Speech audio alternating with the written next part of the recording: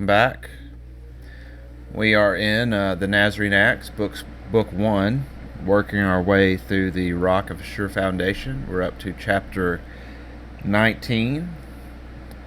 So we'll go ahead and jump right in. It says, Then Peter, when he heard me, Clement, speak thus, and said, I give thanks to my God both for your salvation and for my own peace, for I am greatly delighted to see that you have understood what is the greatness of the prophetic virtue. And because, as you say, not even I myself, if I should wish it, which God forbid, should be able to turn you away to another faith, now henceforth begin to be with us, and tomorrow be present at our discussions, for I am to have a contest with Simon the magician. When he had thus spoken, he retired to take food along with his friends, but he ordered me to eat by myself. And after the meal, when he had sung praise to God and given thanks, he rendered to me an account of this proceeding, and added, May Yahweh grant to you to be made like us in all things, that receiving baptism you may be able to meet with us at the same table. Having thus spoken, he ordered me to go to rest, for by this time both fatigue and the time of day called to sleep. So there is this whole situation here, right, where Clement, this is his first day being instructed by Peter. He is told to eat separately, so he told Clement to go eat by himself, and then Peter sat down and ate with his disciples, people who had been with him for some time.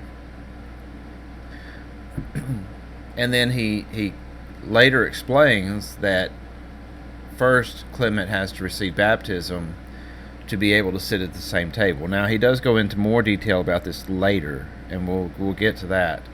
But this, I believe, is related to an issue that we see spoken about by the apostate Paul in the second chapter of Galatians, where he says that when Peter first came to Antioch, he sat with the Gentiles, but when people came from James, Peter withdrew from table fellowship with them. And then Paul gets up in Peter's face and yells at him. And it's worth pointing out that we're getting that side of the story from Paul. We're not getting it from Peter. We're getting Paul's biased version. But even then, if you read it carefully, it's obvious that Paul lost the argument, because he says that everyone was turned against him, including his traveling companion Barnabas. So even though Paul tries to spin it as if he was the one in the right, if you look at the way the argument was divided, it was Paul on one side, Barnabas, Peter, the other people that came from James were on the other side. So it sounded like Paul was probably the one that got rebuked, not Peter. And that's part of the reason, or maybe even the reason, for Paul writing the book to the Galatians in the first place. He was trying to do damage control. And if you read the entire letter to the Galatians in context, and not through this rose-colored lens that Christians tend to read Paul, you'll realize that what he is doing is he is drawing a separation between him and the apostles, and he's trying to make it like the apostles are the ones in the wrong, and that he has the true gospel. But that's kind of a long story to get into. But let's just look at the issue of what happened. So Peter was sitting with the Gentiles initially, which tells me that Peter believed at that point they had received baptism and they were living according to the commands that were given by Yeshua. Then these people come from James, and Peter withdraws. So it sounds like, according to Paul, it's because he was afraid of these people from James. I seriously doubt that Peter was afraid of people from James. I don't believe that was what was going on at all. It sounds to me like the people from James brought some information, and that information caused Peter to withdraw. So what information could it be? Well, in Acts chapter 15, we have this judgment from James, and this was done in the presence of Peter and Paul. And Paul left this meeting in Acts 15 with the giving the other leaders the impression that he was going to take the decision and share it with the community at Antioch. Therefore, and this is James speaking, therefore my judgment is that we don't trouble those from among the Gentiles who turn to God. Now, this is a mistranslation. We'll look at the way it should be translated: the Gentiles who are turning to God, are turning to God, are turning to God, turning to God. So, some of these that say are turned, past tense, that's not correct. And we can see which is correct if we go to the interlinear and are turning. PPA, that's present participle active. So they're in the process of turning. Now, I would say that we should all be in the process of turning. Like, I don't consider myself to have arrived at the final destination. I am still myself in the process of turning. I am turning. In other words, I'm constantly trying to become more in alignment with God every day. And I think we should all consider ourselves to be like that. Like, you're probably never going to reach the end of that journey until the day you die. But in this instance, the Gentiles who are turning, they're in the process of conversion. They're not fully converted at this point. So we're writing to those that are turning. They're in the process of conversion. We write to them to abstain from the pollution of idols, eating meat sacrificed to idols, from sexual immorality, that's fornication, from what is strangled, again, it's about what you eat, and from blood, don't eat blood. So 3 out of these 4, these are starter commandments. These are the first 4 commands. These are not the end-all be-all. This is not everything that you're ever expected to do. This is 4 starter commands, purity commands. These are all purity commands to get the Gentiles cleaned up enough so they can come into the assembly and be baptized. Then, over the course of a year, they're going to hear Moses read in the synagogues every Sabbath. So in other words, they'll have a year to hear the Torah and to come into compliance with all of the commands. But in order to get them in the door, let's give them 4 starter commands. 3 out of the 4 have to do with what you eat. And Christians today will say, oh, God doesn't care what you eat. Jesus declared all foods clean. Which, you can file that under things Jesus never said. But if Jesus declared all foods clean, why do 3 out of the 4, why do 75% of the starter commandments have to do with what you eat? Idolatry involves eating food sacrificed to an idol. Like, that's what idolatry is. Like trying to separate eating meat sacrificed to idols from the idols themselves. That's like trying to separate peanut butter and jelly on your peanut butter and jelly sandwich. Like, the two of them go together.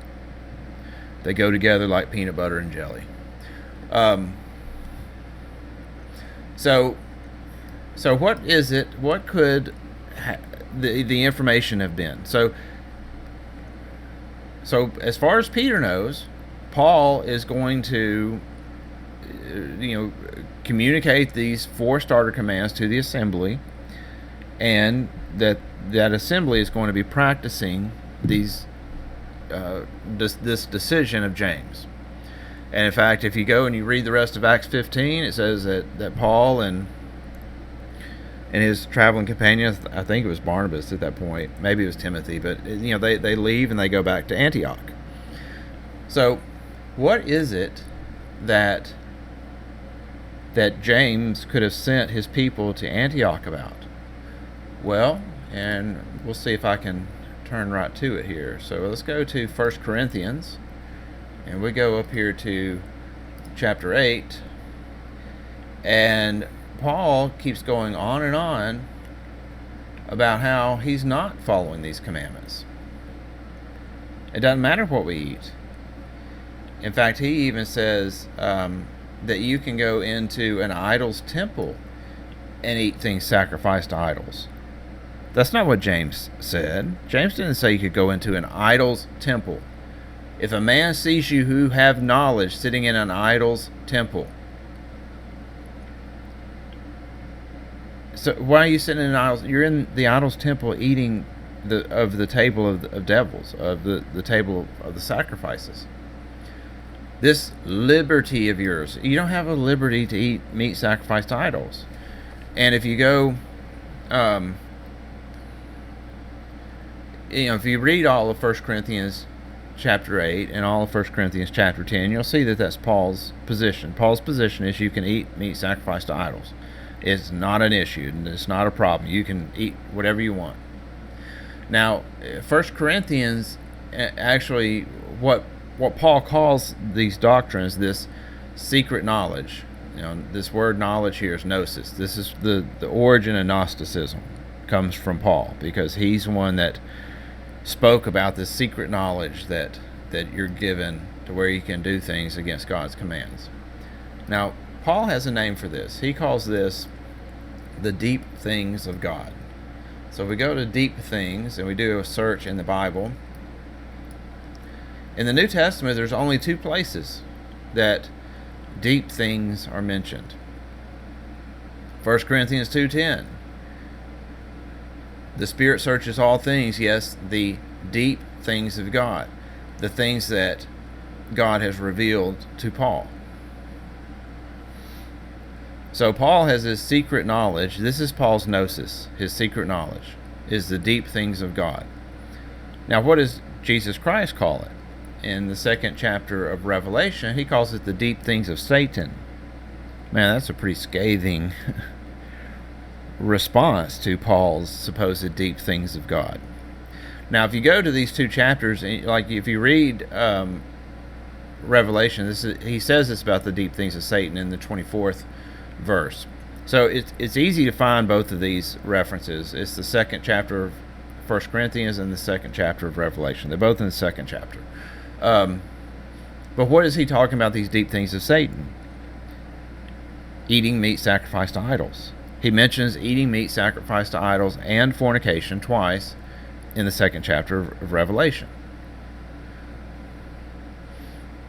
He who keeps my works to the end, to him I will give authority over the Gentiles. Who claimed to have authority over the Gentiles? Well, Paul did. The 2nd chapter of Revelation, a lot of the things that Jesus, this is Jesus, this is words in red, as you can see here. The things that he rebukes these various congregations for are things that Paul teaches. So I believe that these men showed up from James, and they might have even had a copy of 1 Corinthians. But I believe that what happened was James got word of what Paul was teaching. These deep things of God, supposedly, these secret gnosises and revelations that Paul only himself received. And he sent these emissaries to Antioch, and they told Peter what was going on. Hey, you know that Paul is teaching his people that they can eat meat sacrificed to idols. It's right here in black and white. 1 Corinthians chapter 8. Because, clearly there were chapter divisions then. But anyway, so what would Peter do? Well, if that happened, Peter would withdraw from table fellowship. Because he's going to explain this later, and he's going to say the reason that he doesn't sit and eat with them is because Clement has presumably been sacrificing to idols while he was in Rome and eating meat sacrificed to idols. And until those demons are removed, because you're opening yourself up to demons when you eat things sacrificed to idols. The things the Gentiles sacrifice, they sacrifice those to demons. That comes from the book of Deuteronomy. So if you're eating of the meat that's been sacrificed to an idol, you're having table fellowship with the demonic entity that's been sacrificed to, and you're opening yourself up to that demonic entity. And Peter goes into much more detail later on in this book. So now you know what was going on in second chapter of Galatians. Peter received some information from these people from James, and he withdrew from table fellowship. I believe it had to do with what Paul was teaching in the first letter to the Corinthians. The second letter to the Corinthians, Paul is all up in arms because he's been rejected by the apostles from being a leader.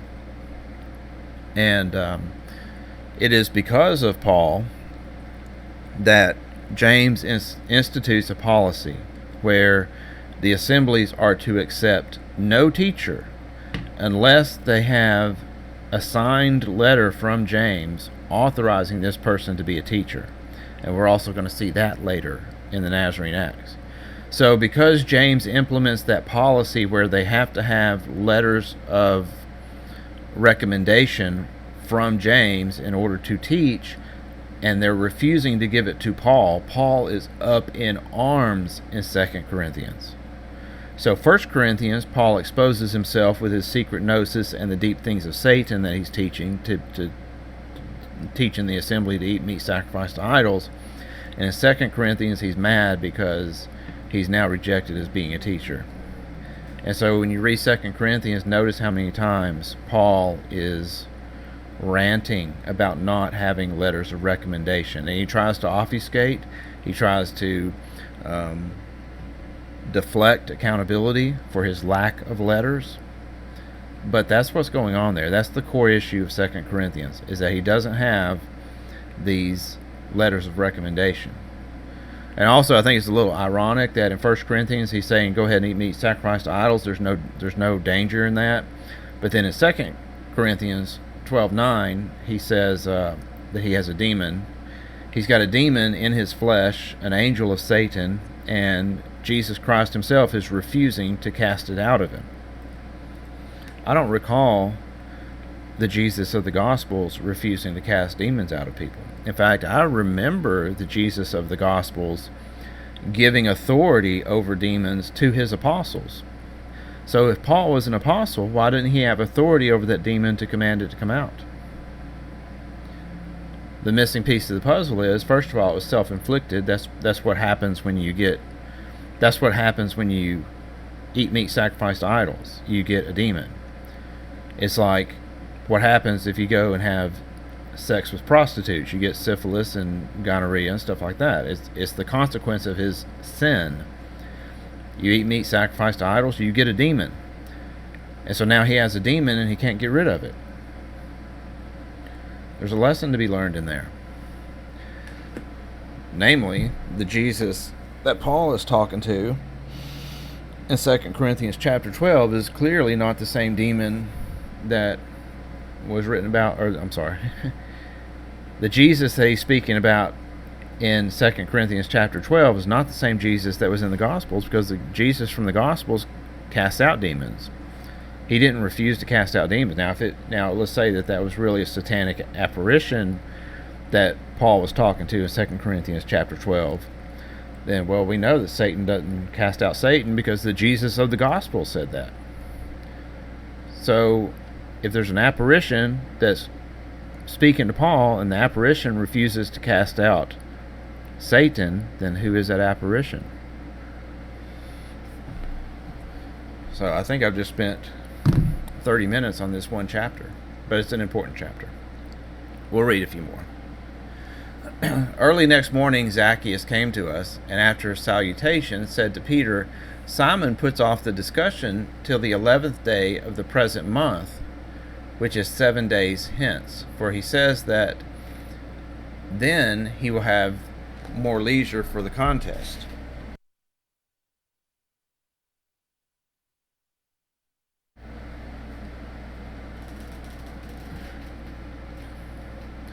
But to me, it seems that he is putting off is also advantageous to us, so that more may come together,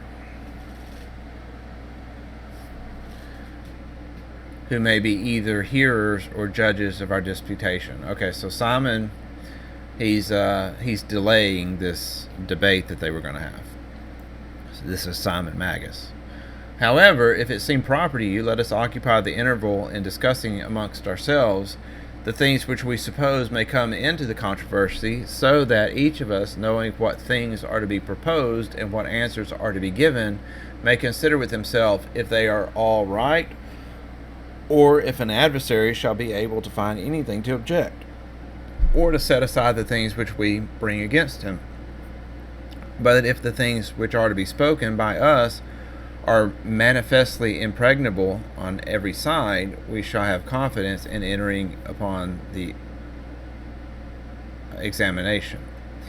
And indeed, this is my opinion, that first of all, it ought to be inquired what is the origin of all things, or what is the immediate thing which may be called the cause of all things which are, then with respect to all things that exist, whether they have been made, and by whom, through whom, or for whom, whether they have received their substance from one, or from two, or from many, and whether they have been taken and fashioned from none previously subsisting, or from some. Then whether there is any virtue in the higher things, or in the lower, whether there is anything which is better than all, or anything which is inferior to all, whether there are any motions, or none, whether there are things which are seen, whether or none, whether those things which are seen were always and shall be always, whether they have come into existence without a creator and shall pass away without a destroyer. If I say the discussion begins with these things, I think that the things which shall be inquired into, being discussed with diligent examination, will be easily ascertained, and when these are ascertained, the knowledge of those that follow will be easily found. I have stated my opinion. Be pleased to intimate what you think of the matter. To this Peter answered, Tell Simon in the meantime to do as he pleases, and to rest assured that divine providence granting, he shall always find us ready. Then Zacchaeus went out to intimate to Simon what he had been told.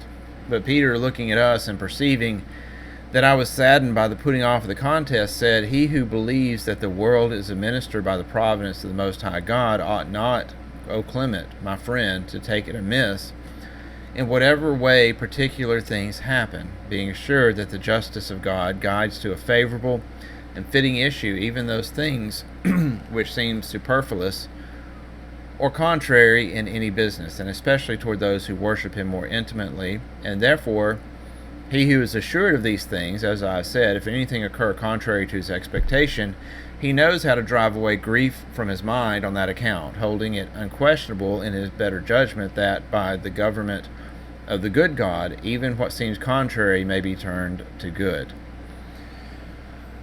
So I bolded a significant portion of this paragraph because I think it's something that we should understand.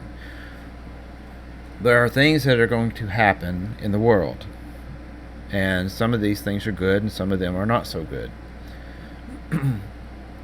And there's a lot to be said about this. There's a lot of this is one of the things that, or at least it's related to one of the things that atheists or the enemies of God will say. They'll say, like, how can you believe that God is all loving and believe that he allows suffering to occur? And they usually point to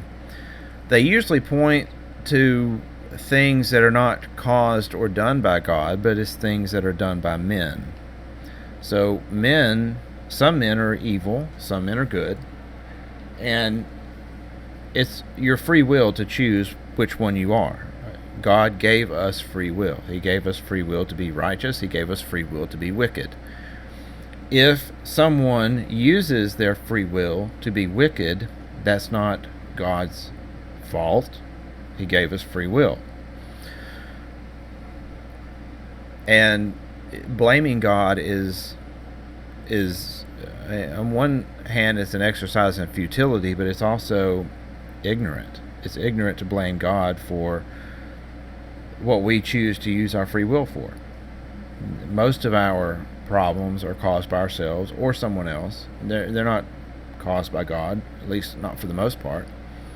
Maybe some of them are, but I do think that sometimes God causes us to have inconveniences for our own good, not because he just doesn't care about us. So if you believe that the world is administered by the providence of the Most High God, you shouldn't take it amiss whenever things don't go your way. You got to have faith that God will bring you through this period and bring you to a fitting end, a fitting conclusion to whatever the matter is. And sometimes we can't see his plan. There have been times I've went through bad things in my life and afterwards looked back on it when you're further down the line as far as the timeline, and I look back at what was going on that I wasn't aware of back when I was going through this period of trial, and I realized that it was actually for my good. That because I was in this place that God had me, things were able to work out better for me in the longer run. And so I think that's something that goes on sometimes. Sometimes we don't even get to see really the full picture. We just got to trust that God knows what's best for us. But the point that I want to make is that suffering is part of God's plan. The presence of suffering does not mean that God's plan is not in effect. This place that we are is temporary. And I personally think that this place that we're at now, this world, is a place of learning, of trial. And it is through suffering that we obtain growth. So suffering is not there to torment us. It is to help us to grow. It is to help us to develop. And because this place is temporary, it's not. We tend to look at the suffering that goes on here and think that it in the grand scheme of things, it's the only thing that matters, but it's not. This is just a drop in an ocean as far as the time goes. And the place that we move on to is not a place of suffering. When we move and receive the reward that is promised us for our righteousness during our time on earth, and so you move into this place of paradise, whether you call it heaven or something else, that realm that is beyond this existence, there is no suffering. So suffering is part of God's plan here in this stage of our development, if you want to call it that, or this stage of our growth. But when we move on to the next stage, there is no suffering. So the suffering is temporary. No matter how much we suffer while we're here, the moment we die, the suffering is gone. And if we spend 80 years here, but then millions of years, the rest of eternity in the world to come, then that 80 years is literally, like I said, a drop in an ocean of time. And there's a purpose for it, and the purpose is not to torment you. The purpose is, in some manners, is probably not even known to us. But what the trend seems to be, what the overarching idea is that the reason we're allowed suffering now is because it's bringing us to the point that we're ready for the world to come. So don't fall for that. Don't fall for that trick. Oh, God is wicked because people suffer. Most of the suffering that we have now is because of our free will, whether it's your free will that causes your suffering, or whether it's someone else's free will that causes your suffering. It's not God that's doing it. There may be some things like acts of nature, but for the most part, like most of the hard times I've went through have been because of something I did, not because of acts of God, acts of nature, or that sort of thing. Wherefore, O Clement, even now let not this delay of the magician Simon sadden you, For I believe that it has been done by the providence of God for your advantage, and that I may be able, in this interval of 7 days, to expound to you the method of our faith without any distraction, and the order continuously according to the tradition of the true prophet, who alone knows all the past as it was, the present as it is, and the future as it shall be, which things were indeed plainly spoken by him, but are not plainly written. So, first thing to point out is this, and this falls perfectly in line with things that said in the Gospels and things that were said earlier in the Nazarene Acts. The true prophet, Yeshua, who alone, again there's that word, alone, knows the past as it was, the present as it is, and the future as it shall be. Yeshua has this knowledge and this understanding, so we should trust whatever he said. These things were indeed plainly spoken by him, but are not plainly written. So remember what I said the other day, you've got to dig for the truth. The truth does not just lie on the surface. Peter goes on to expound on that, and he says that it's not like it's buried under a mountain where you can't get to it. It's you got to dig for it, but you don't have to dig to the center of the earth to get it. So, so much for searching through the Scripture and thinking that's where you're going to find eternal life, because the things that he taught are not plainly written.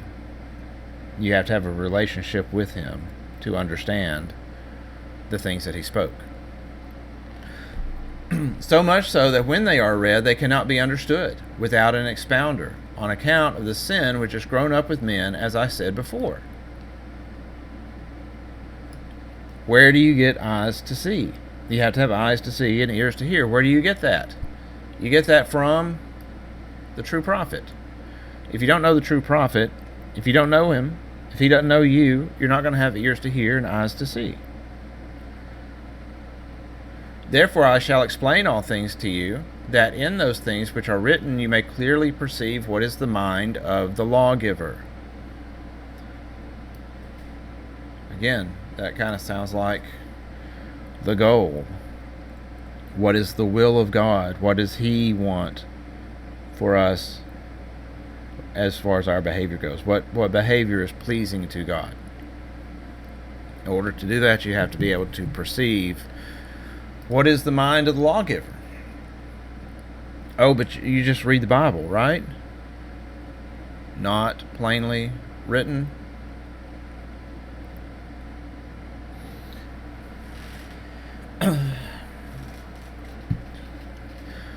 So we're about to move into a different subject here, or well, it's continuing on with the same subject actually, but I think we'll go ahead and take a break, because I feel like we've been going for a while, and the program I use to record this doesn't have a timer on it, so I can't really be sure how long these are until after I click stop. So anyway, we'll pick it up next time in chapter 22.